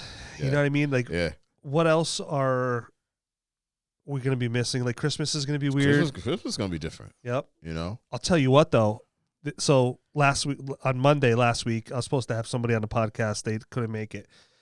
So I said, you know what? Let's go to the mall. I want to buy some stuff. Oh, by the way, before I forget, I'm having somebody, a local artist here, paint the Joker for me. It's going to be on a huge canvas. Okay. It's going to sit right behind me. What Joker, though? What Joker? The new one. Okay. I love Joaquin Phoenix. Okay. Yep. That's you know. Although I was a huge fan of the other one. Is, you know. Yep. Okay. So we're definitely going to have to get Superman in here. All right. And maybe the Incredible Hulk. Yeah. Yes. Yes. You know, because you do wear the. I got the green. I got the S. Yeah. I got to So- get some more tattoos. I was gonna finish my arm, but it's one of those things where I get weirded out. You gotta shave that arm though. You're gonna get some tattoos. Oh, it's a hairy arm. Yeah. It's a hairy You arm. gotta sweat around. Yeah. it. Do you know I'm going through laser hair removal on my chest? I swear to God. Really? Oh yeah, man. I'm not scared. Yeah. I finally said that's enough. You know, shout out to my uncles. This is not a diss at all, but what some of my uncles, they have the hair coming through the Yeah, t-shirt. You yeah. know, it's just our Yeah. family, and Yeah. someone's got to stop that process. So I already lost my hair. You know what it's like to be bald, Yeah. man. You know, I had a hard time in the beginning with being bald, but Yeah. then they finally just said, you know, whatever. But I stop at the back hair and I'm stopping at the chest hair. Okay. And it cost me a lot of money to have this done. Yeah. And I will tell you this, that shit hurts like hell. I believe it. I believe She it, just man. turned up the juice the other day. Yeah. Man, when they get close to the nipples, Yeah. game over, man. Game over. I was almost crying out, a little tear that comes out of my eye. And I'm like, people do this like down there and stuff. And she's like, yeah. I'm like, no way. That's crazy. No That's way. crazy. But I'm almost on the front. Yeah. I got a few more sessions, then we're Yeah. gonna go to the back. And I mean, And then you're gonna put some ink on the back, or do you have? my back's covered. Is it back? Yeah, my back's covered. Okay. I got Japanese demon on my left. Okay. We're talking like, Okay. You know. You got the 50 Cent on your Yeah, back. yeah. Okay. and then I got my daughter's name in Japanese down my spine, Yeah. and then I have tribute to my dad Yeah. on my whole right side. Okay. And that was a huge Yeah. one for me. I don't know why. Like, I was thinking about that because you asked me about topics, and I said, "Damn!" I said we should talk about ink, but I go, I don't even know if you got ink. I usually cover him up. Yeah, and now you saying that, I'm like, damn, this dude's got freaking his old mural on his back. And Yeah, this one everything. here is I think I remember like one or two. 26 years old. I Yeah. mean, 26 years old this is. Yeah. when Justin was born. Yeah. And this is a cover up. Do you remember that shitty orange or yellow dragon that I had? Dude, I don't know what I was thinking, man. I went to Connecticut. I know. Some guy's like, yeah, I can do that freehand. And I remember sporting that around. I used to roll up my shirts, going Yeah. to the clubs, and like, look at this. Yeah. And then finally, as I got older, I'm like, it looks like someone threw up on my arm. Like, that looks like Yeah. baby shit, you know? Ah. So, like, the one for my dad, I struggled with that one for a while because I wanted to be perfect. Yeah. You know, and shout out to Scott Kaufman from Mr. Inc. and Indian Orchard. Guy's phenomenal. Okay. I've known him for years. I actually started going to see him from somebody that used to work for me. And she's very particular who she went to. She wasn't a big fan of men. And we had a great relationship. We didn't start off well, me and her. But we definitely were we definitely worked it out as times I'd known her. Yeah. And I really got to understand her. And that's the thing. Having those conversations, we started having conversations a little bit, and we got more and more and more. And I always respected those conversations like they were very sacred. Yeah. And she told me one day, she's like, you got to go see this guy. And I knew right away that if she's telling me to go see him, Then that's the one. this is the dude. Yeah. So I remember a week before, and this is how me and her got in this conversation. I went to a place on Page Boulevard, and this guy had his head tattooed. And listen, I'm okay with tattoos, right? But you start doing stuff like that, Yeah. and now you lose me a little bit. Like, you're out in some other world, Yeah, man, you know? Yeah. And I remember his ink was pretty good. Yeah. And I said to him straight up, he's like, so what do you think? I said, no. And he goes, what do you mean? He goes, I thought you liked it. I'm like, yeah, but you tattoo your head. I get it. You're a tattoo you said artist. that to I him. still straight. You know me. Yeah, I yeah, say yeah. it straight up. Yeah. And do you know that he thanked me for that? Yeah. He's like, you know what? I appreciate that, man, because it's like a marriage. You just can't get with the amount of ink that you want done. You have to be with the right person, Right. and that's awesome that you don't think that I'm the guy. I'm not even hurt by that. Yeah. And I said to him, I said, listen, I never meant to be disrespectful. I can't connect with you with that. Yeah. You know, and that's weird thinking of mine. But then when I met Scott, Yeah. I understood, you know, because we had a long, me and that other guy had a long conversation afterwards. Yeah. And when I said who I was going to go to after, he's like, yeah, that's the dude. Like, if that was going to go anywhere, that's the guy I would go to. Yeah. So I met Scott. Great guy. He did tattoos for my daughter, for my wife, and my daughter has a nice tribute to my dad on her arm. Mm-hmm. And that was a little bit of a struggle. I don't know. Yeah. Do your kids have tattoos at all yet? No, Josiah wanted to get them. He wanted to get them on his arms for both grandmothers, but he never did. Deja does. She just got her earlier this year, or last. I think it was last year. She got them. How'd you feel about that at first? I can't say nothing. I'm the last person to say something about that, and it's that's how I can put it. Right. You know, I can't be, like, oh, don't get them because I think when you're ready, you want them.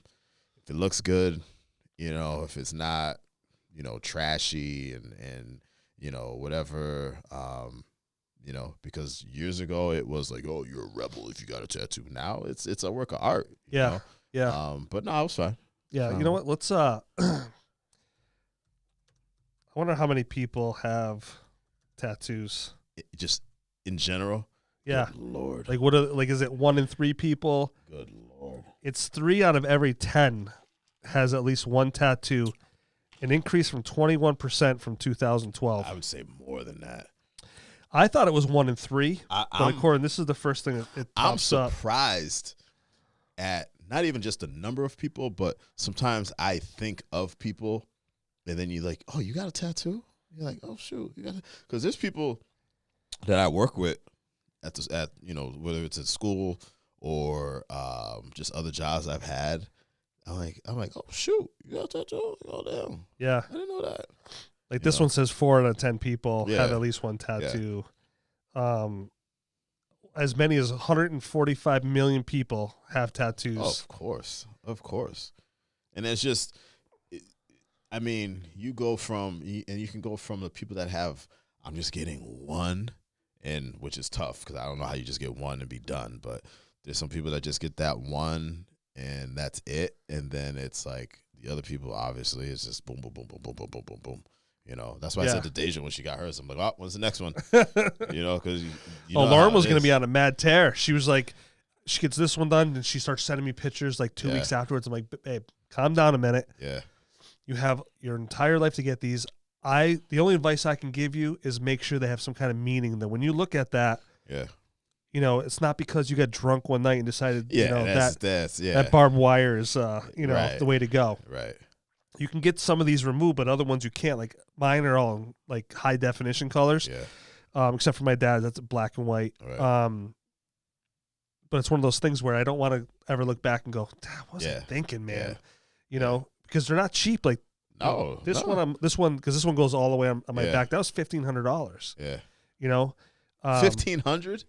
God damn. Yeah, you should see though. It's pretty intricate. It's insane. And Scott's taken care of me throughout the years. Took care of my wife, and my wife had a very monumental time in her life that she put on hers. And I remember I fell asleep during half mine on my back, and he's like, he wakes me up. He's like, "You all right?" And I'm like, "Oh my God, I fell asleep," which is something I normally did, but I was really trying to connect with my dad having that tattoo. Right.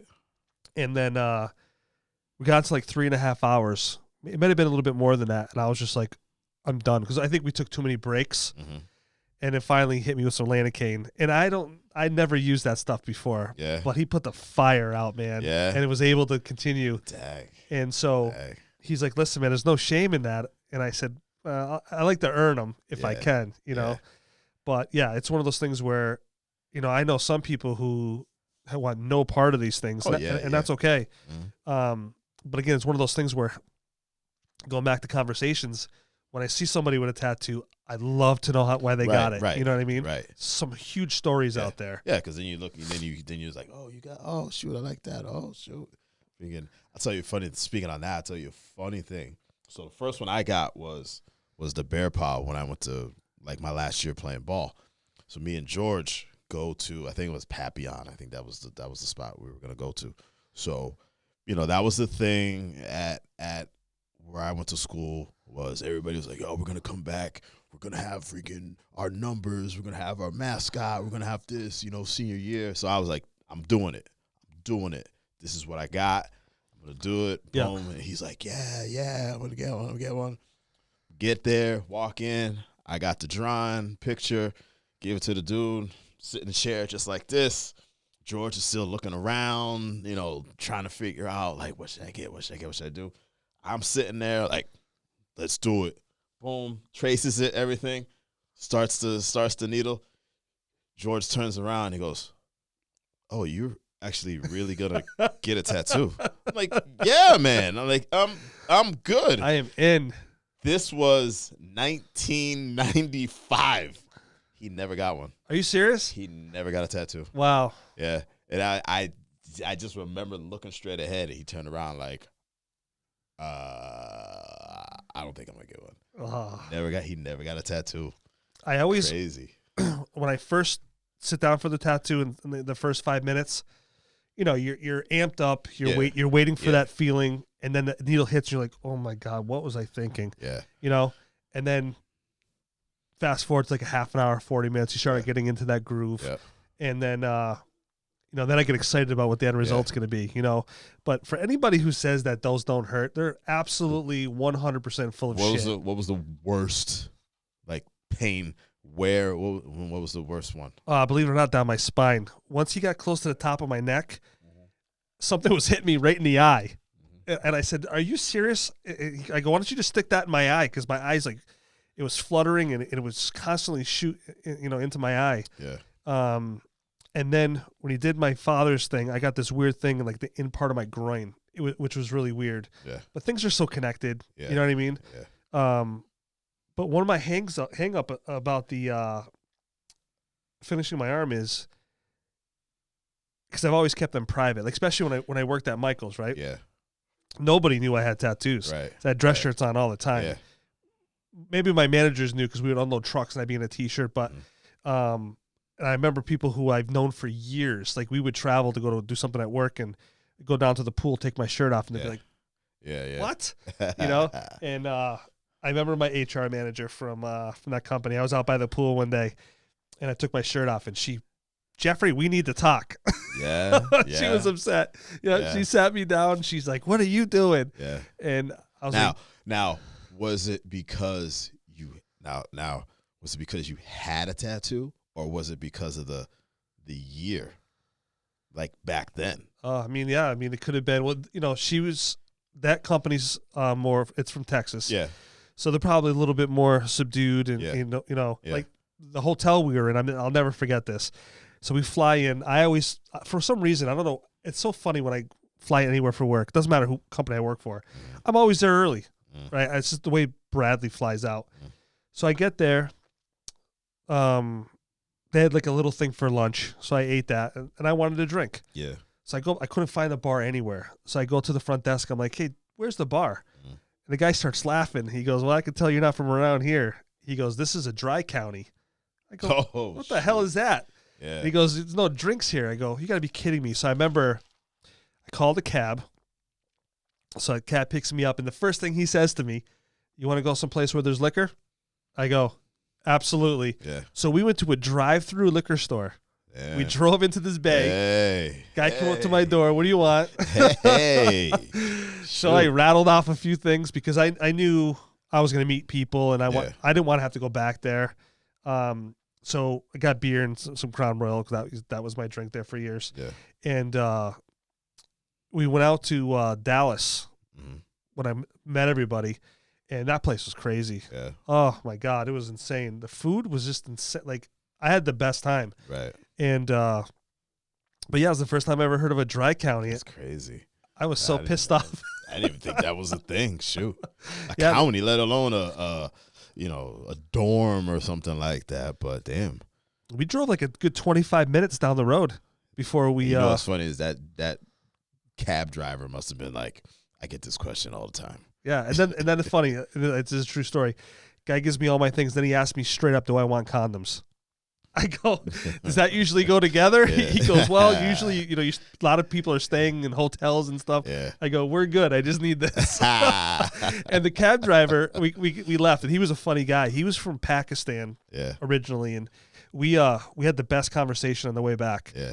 And he gets to meet all sorts of people from around the world, and he's like another one of those guys that just loved people. Yeah. And we got done, and so he was kind of like the local taxi guy there. Mm-hmm. So as everybody started making their way in, everybody's finding out that this is a dry county. Yeah. This guy was busy. We were out. That's what I'm saying. This dude probably made so much money. Could you imagine if we had Uber back then? Shoot. Damn. You ever taken Uber yet? No, I haven't. Even we went to Vegas. I didn't even take a Uber. Really? Yeah. I held that off for the longest time. Yeah. I didn't want nothing to do with it. And then where did I go? I don't remember where I went. I don't. Well, Might have been Alabama. Not to say that I haven't been anywhere that I would need it, but I haven't really been in a situation that I would need it. You know what I'm saying? Yeah. Not that I'm getting freaking tore up 24/7. But I never really. And I know like some people. That's if they go on a business trip or they're going somewhere, they're like, boom. First thing I get off the plane, boom, give me my Uber. Yeah, like that's what I'm doing. Majority of places I've been,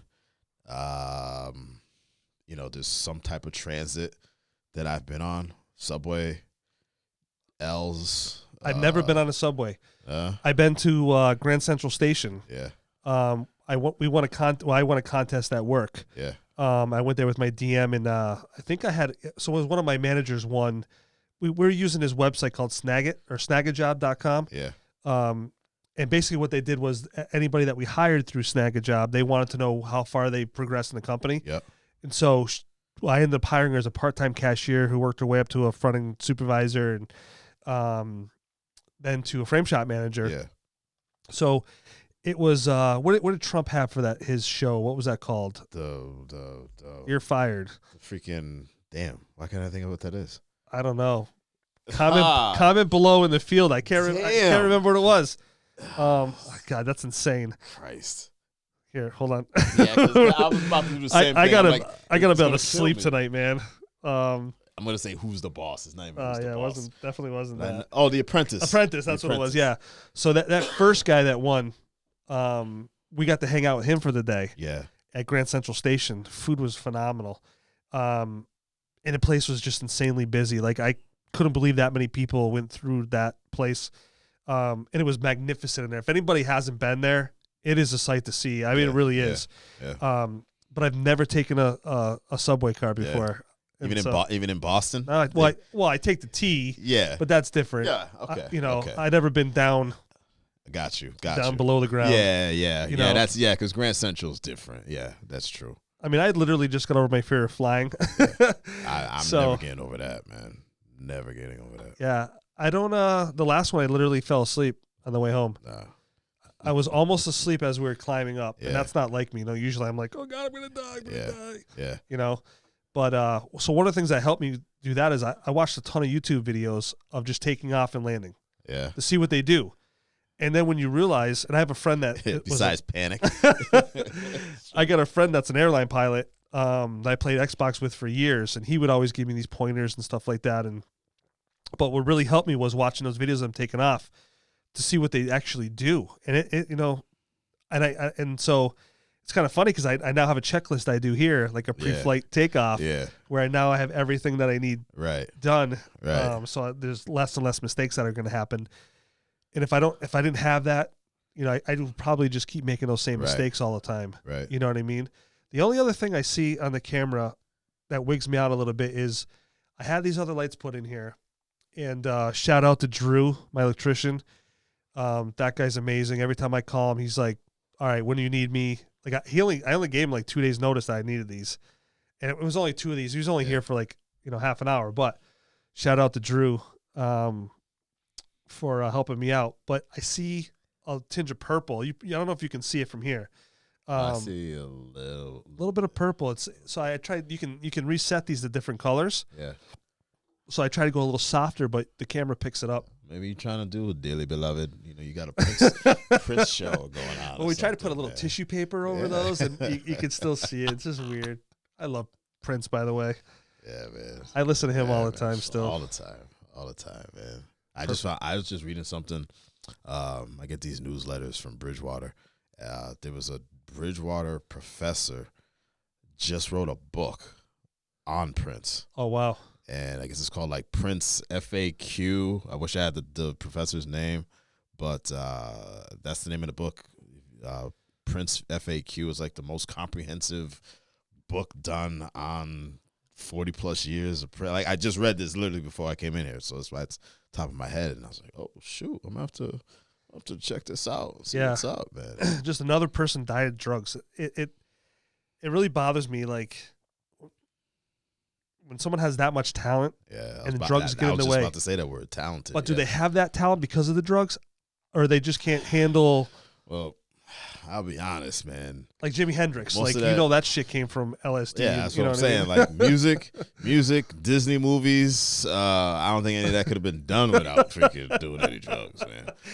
There's the guy doing Little Mermaid. Not saying that we're promoting. Again, we're not promoting stuff, but it's just that's how it was done. Like that's I'm fascinated with LSD. Like the greatest, Tim Leary, Springfield, Mass. Yeah, right there. I don't.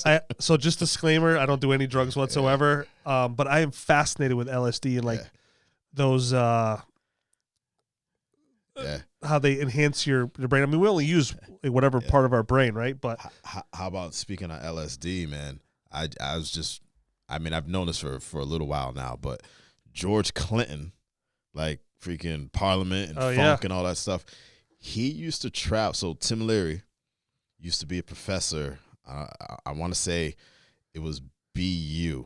Maybe it was Harvard. Maybe it was MIT. I can't think of it, which one it was. But Tim Leary was a professor out there. Yeah. In Boston. I'll say in Boston. So I'll cover my ass. He was a professor in Boston somewhere. George Clinton used to take the train to go to see Professor Leary because he was like, hey, I got this drug that I'm freaking trying. It messes with your mind and all these things. He used to like be the lab rat. Oh, really? To take LSD. True story. True story. Look it up. So that like he used to do that nonstop every week. He's like, yo, you should take a train, go up there, get some LSD. He's like, shoot, lab rat, test it out, try it out. That's how freaking all the songs you talking about how music and everything. Yeah. That's how all that started to play, man. Yeah. It's crazy. It's amazing. Like I actually just looked him up here. Yeah, he was this thing is pretty cool. Springfield, Mass. Yep. Cathedral High School. Who would have known? Who would have known back when he was graduating high school that he would be like, he's probably voted like best looking or something like that. Here he is cranking out LSD. Yeah. And how long was that in his head before he came out with it? You know what I mean? I know. But they're saying like microdosing is really helping vets with PTSD and all these different things. So I'm really fascinated how people unlock parts of their brain. Yeah. You know, like we were talking about aliens at one time with podcasters, and you know, who knows what they tapped into. Yeah. You know what I mean? Like I referenced like the monkey playing when it's shit in the middle of the field and the alien came down and threw some acid at it. God damn. And next thing you know, it's creating fire. It's walking on two legs. You know, who knows? That could have happened. You know, you never know. But what was that show that where a woman took those drugs and she opened up 100% of her brain? Oh damn. Can't remember what that was. You got me on that. Slap that in the comment section below. But that was a great movie. Damn. It's gonna bother me now too. Nope. I got research to do. You was gonna hit me. I was gonna say like V or something. No. Oh. So this wasn't an alien movie. It was. Okay. She got mixed up with some drug dealers that had this kind of like ecstasy kind of stuff or whatever, and she ended up at one point eating it like in handfuls, and she went off in this like she became one with the earth and like all this crazy stuff. So it was just amazing. The Lizard Queen, is that what she wasn't the Lizard Queen? But yeah, like what if Jimi Hendrix lasted a couple more years? What if Janis Joplin, man? All these great singers and songwriters and Yeah. But the thing is like, that was a part of their time, and not to say every single person did that stuff, but I've never been that rich or that talented or that musically gifted to say, oh yeah, and be in those situations. But a lot of them, that's what they were around, or people were getting it to them. And once you start, oh, look at this song, hey, I'm doing another song, hey, I'm doing another song. Yep. And then it's crazy. I mean, they were young. You know what I'm saying? How old was Jimi Hendrix when he died? He was fairly. Isn't he part of that? Isn't he part of that like 25 and under crew? He probably is. There's a name for that. It's like the 25 crew or the 27 crew. That's gonna be another comment to throw in there, because there is a name for that club. Because you got like Janis, you got Jimmy, you got Tupac, you got Biggie, you got Morrison. Like all of them are part of that damn age crew. So he died in 1970. Yeah. I wasn't even born yet. Yeah, man. Yeah. I'll tell you, you listen to some of his music, and so he when I want to have, he was 27 years old. 27. So that might be the name of it, the 27 crew or something like that. Yeah. But there's like all those musicians that died under 27, which is when you see it, you're like, damn. Because that's a Hall of Fame list, right? With all the people, man. Yeah, it's crazy. I mean, the list just goes on and on. Like Belushi, some of the people from Saturday Night Live. Yeah, it's life. It's lifestyle, man. And I don't know. I've never, been around I've been around some stuff, but never been around. Like that kind of parties, that vibe, yeah. And then also too for it to get to that point, because I it's almost like drinking. Like, there's a point where I get to drinking, I can't, I can't. Right. I've had some blackout nights, but don't get me wrong. But you just get to a point, but like a lot of these guys or ladies, it's just, I don't know, man. It's the party scene, like like watching the Motley Crue documentary. That was crazy. Yeah. My buddy Ben, shout out to Ben Garfield. When I first started working at my last company, we became friends. And like the first year, the second year I met him, he's like, "You're going to the Crue concert with us. We go every year." Yeah. And one of the best times, I'll tell you. It really was, man. I like. And his buddy Jeff and his brother, who was my boss, and a couple other guys that went, like that was their thing, and they brought me into that. So I felt very honored to be able to do that with them. And those shows were just unbelievable, man. Yeah. I mean, I was tired when I got home because it took a lot out of you to be there, because we were just singing and shout at the devil. And I wasn't really into that music. I mean, I was for a while. Yeah. I went through those phases where I was into like Megadeth and those kind of things, but I've always been a Crew fan. Yeah. And then rap came, and that was it for me. Like that's what I did, hip hop, and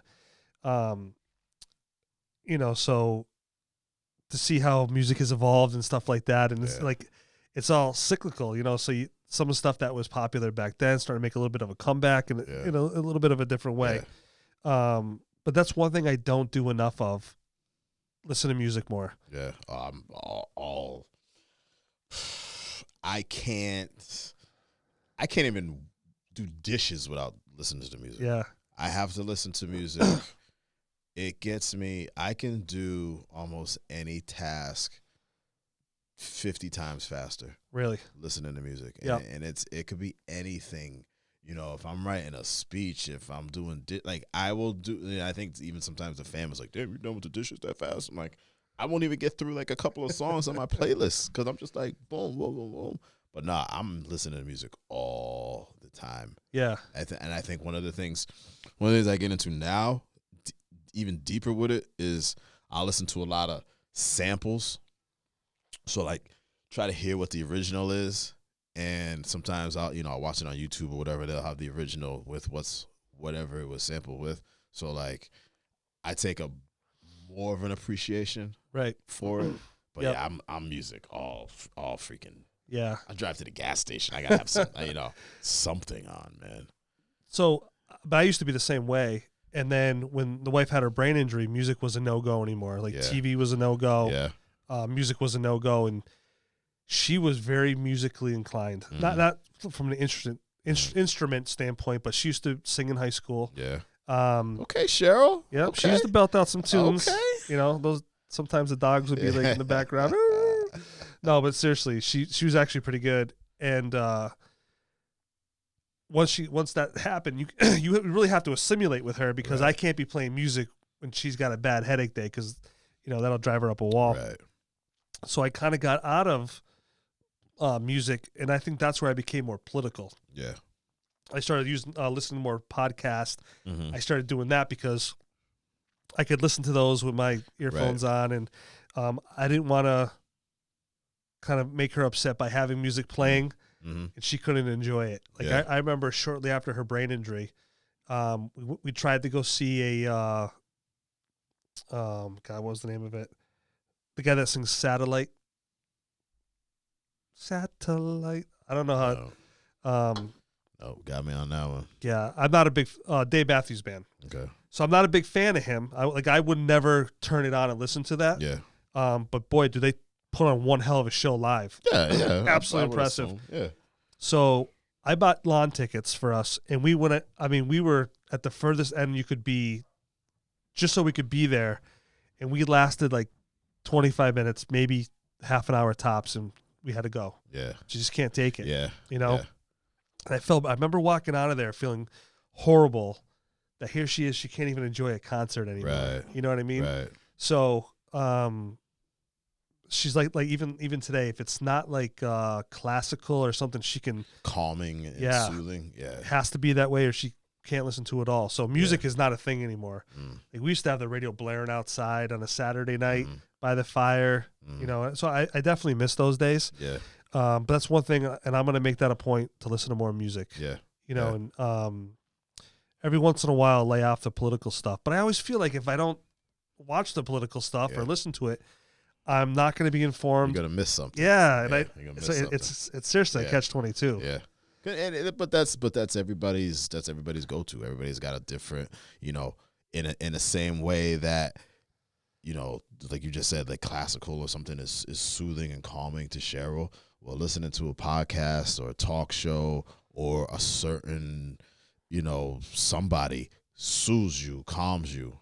You know what I'm saying? So it's the same, but it's just two different genres. It's two different areas. Right. Yeah. But it all does the same purpose. Yeah. Because like I said, you freaking throw on a podcast and clean the house or do the dishes, and you do the same thing as me, putting my playlist on that do the same thing. Yeah. But again, it's one of those things where during this conversation, you made me realize I got to listen to more music every now and then. Yeah. And one of the things that I did too, and I think this is probably why I don't listen to so much music too, is when I got my new car a year ago, I decided that I didn't want the XM radio anymore, or Sirius, whatever it came with. And I let that go because, we do everything through our phones now. I don't really need that anymore. Yeah. But it did give me an excuse to listen to music because if the podcast I was listening to sucked, I would just go right to the radio. Put on any of them stations, man. Yeah. So, but they want too much money. Talking about wanting too much money. Before I forget, so I cut the cord on cable. Yeah. Like 2 years ago, right? Uh-huh. And I remember going down. I was with my daughter. We went to Comcast, and they never even tried to save me.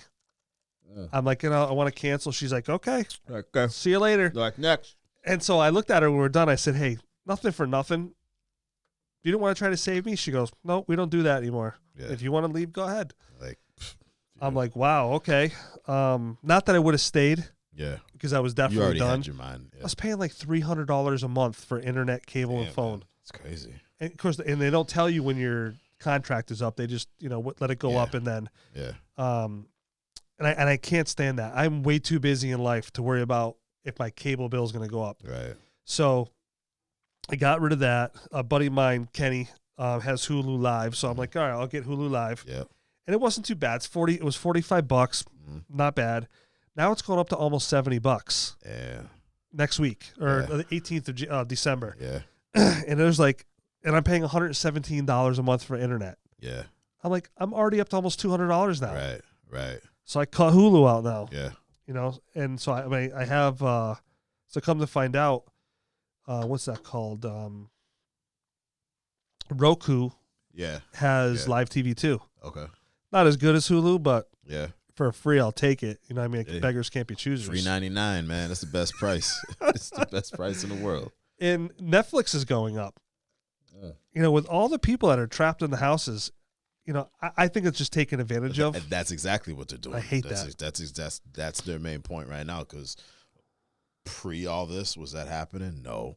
But now, like, well, everybody's stuck at home. Hey, guess what? Yep. You know what we got to do? And Comcast just sent me an email the other day that they're going to start capping your internet. Yeah. So I saw it on Mass Live, and they showed kind of what the breakdown's going to look like. It basically showed almost like two people who work from home are going to destroy that. Not even talking about downloading music, playing video games, or using your streaming service for your TV. That's just going to be another scam. There's like, I've absolutely had it. I'm going to get to a point where I'm not going to have anything here. Yeah. You know, but internet's it's one of those. Well, the internet catch-22s. the internet is like the one thing, because you can always find somehow, some way to use it, to get on it. But then it's like TV. You know, people ask me about 8 million shows that are on TV. I'm like, I don't know. Like, I'm not going to sit here and act like I don't watch TV, but, you know, there's just certain things I watch and there's certain things I don't, you know, and that's, you know, part of it where, you know, Netflix is like, oh, everybody's home. Guess what? We're going to freaking jack our price up. You know, and yeah, they add stuff for those movies or the shows and stuff like that. But do you ever feel like they're adding shit you're never going to use? Yeah, you know what I mean? It's like that. I mean, we have DirecTV. You It's know, like kicking me in the balls and then kissing me on my forehead. I think I've always had somehow, some way, satellite TV, for forever, and it's just one of those things. Like, you know, you're like, oh, I got freaking 500 channels, but do you really watch 500 channels? You're like, no, there's half of them you don't even bother with. Right. You know what I'm saying? And it's the same way with like Netflix. You know, there's always, you know, whatever genre that you keep looking up or whatever. Some of that stuff you're like, yeah, I can't wait. And then some of the stuff you're like, nope, going through, nope. You know, Hulu gets to be the same point. Right. You know, I have that on the phone when I'm at the gym. Like, if I'm on a treadmill, I hate to say it, but on a treadmill, I'll watch freaking Hulu. But you know, that's what I do. But Roku, I haven't done that yet. I love it. Peacock TV, I don't know. That's another thing. What's another? It's like an NBC thing. Oh, is it really? I don't know. I just hear about all these different things. But there's all these different Tubi or something. I don't know. Tubi, Roku, Hulu. So there's another one. I think it's called Pluto TV. Yeah. Brooks was telling me about that. That actually has, I've actually enjoyed that. I will watch it when I go to sleep. Yeah. And I'll just leave it on. Yeah. Tone was telling me about Pluto that. TV. Yeah. And I was like, Pluto, like the dog. He's like, yeah, like Pluto TV. Like, how's he doing? He's fine. Yeah. He's fine. You think he'd come on one of these days? I don't want to speak for him, but I'm gonna say no. Oh, I could tell him. I could definitely ask him. I think he'd freaking break the internet. He would if he got out here. Tom Brooks, y'all know who Tom Brooks is. Yeah, he can. And he is one of the.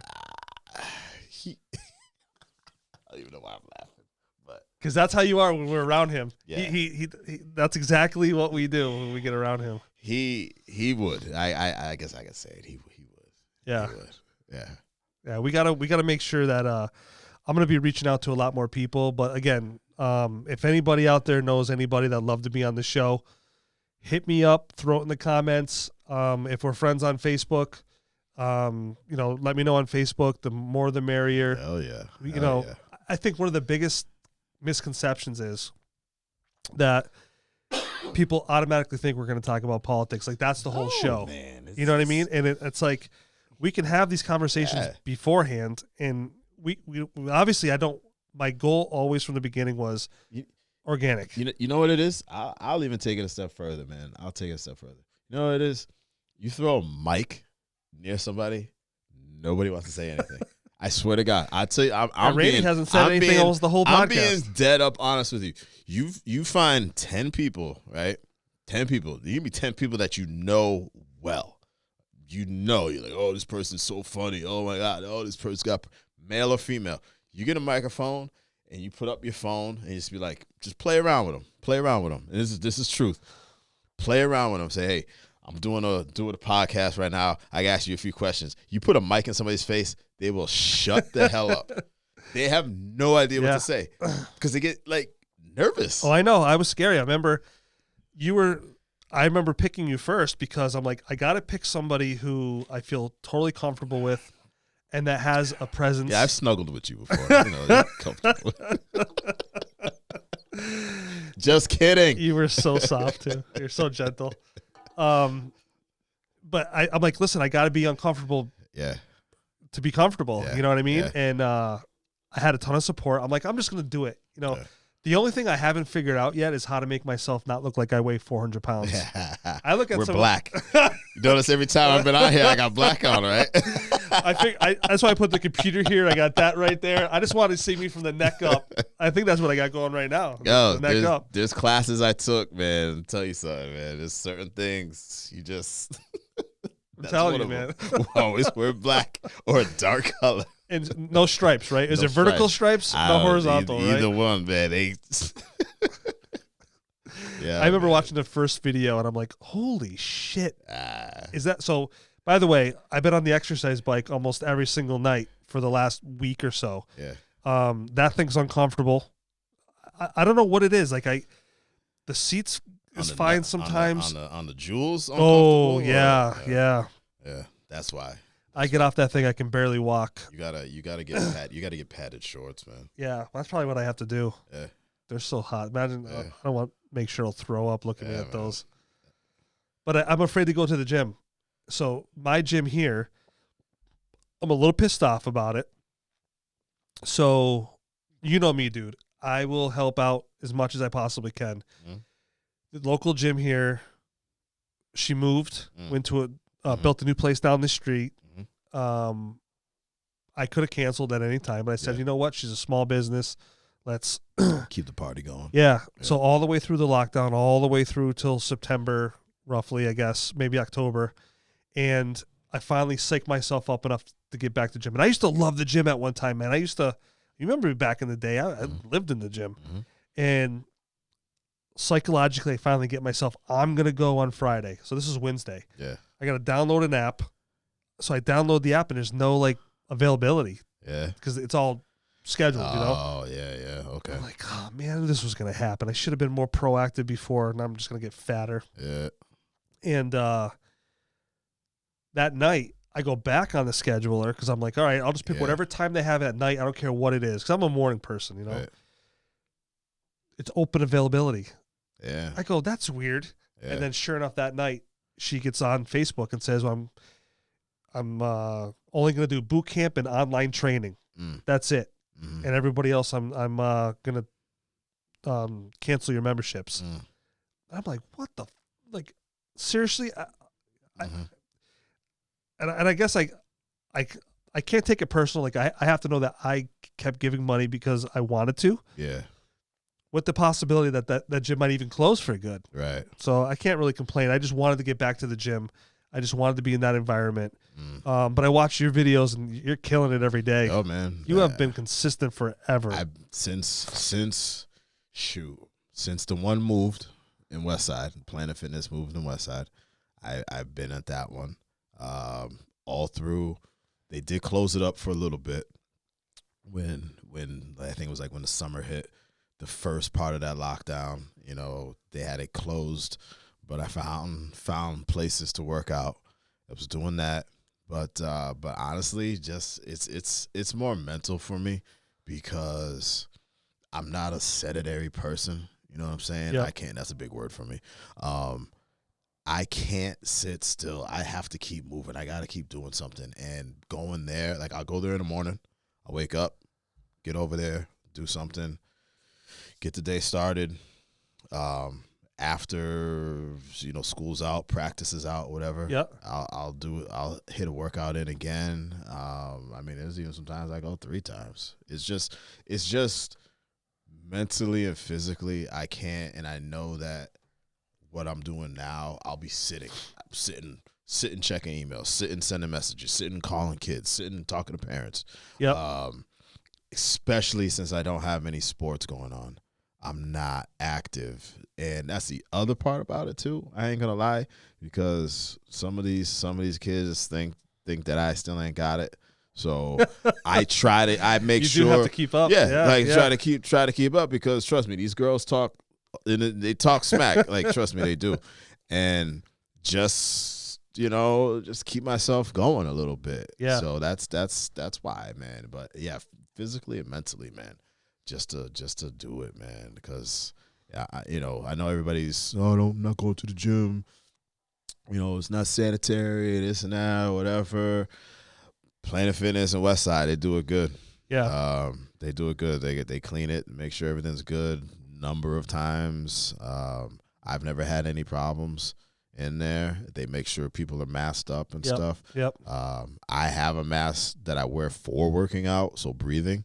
I'm good, man. I see people huffing and puffing like freaking no tomorrow. That'd be at me, virgin. Yeah. The first day I got on the bike last week, I got off and I had to hold on to the bike for a minute, and I'm like, oh my god, I'm gonna die. Did you have a mask on when you were? Oh no, I have a bike here. I ended up buying one. Yeah, because I didn't know if I wanted to buy a Peloton, like $2,000. I'd rather spend $2,000 for this. Really, I should be spending $2,000 for my health. Yeah. But I'm like, fuck that. Who needs, Yeah. But I should be doing that. Like, we were gonna buy this thing called the Tempo. It's like a 42-inch TV that they put on its side. Mm-hmm. It has a camera on there, and it has like AI built into it, so it watches you lift things, and it's like a stick figure that you get to see, and it'll. Is that one, that commercial that's like in a mirror or something? So. It's not the mirror, because that's a separate one, but it's kind of like that. But this one really kind of it'll tell you what you're doing wrong. Like if you're lifting with your tilt, it'll tell you. Oh, it'll tell you. Okay. It'll tell you when to lift weights based on your reps and how well you're doing the positioning. You can get into with a live coach, and that coach can actually see everybody. Yeah. And be able to pick people out, going, okay, you want to change things up. Okay. It's $2,000. Yeah. And it's like $40 a month, maybe. Something like that, but the whole family can join in, so it's not just one membership, Right. And my buddy Sean does spin classes. Mm. I should really go to one of his spin classes and be there with a bunch of people. I think I do better that way. Yeah. I get bored. I was gonna say that's the other part of it, man, because if you're not around people, you get bored with it. I always think about my boy Mike Salvatore. He used to work for me at Leechmere years ago. He was my lifting partner. Yep. Oh my god. And we worked out for years together, and then Leechmere closed. We went our own separate ways, and we kind of lost that. I think Gold's Gym closed or something like that. But I always think back of, I need that partner, someone that's going to push me, because then I'm held accountable. Because right now I can wake up in the morning and go, I get on the bike. Who's going to know? Right. But if my buddy calls me up and goes, hey, let's get to the gym. But now that this gym closed here, there's only one more open. And my concern is that too many people are going to the other one now. Mm-hmm. And I get a little weirded out with that, Yeah. You also got to find the right time. Yeah. Find the right time to go to, because that's the other, it's like a gym anyways. You go at the wrong time. And it's freaking. We just lost internet. Oh.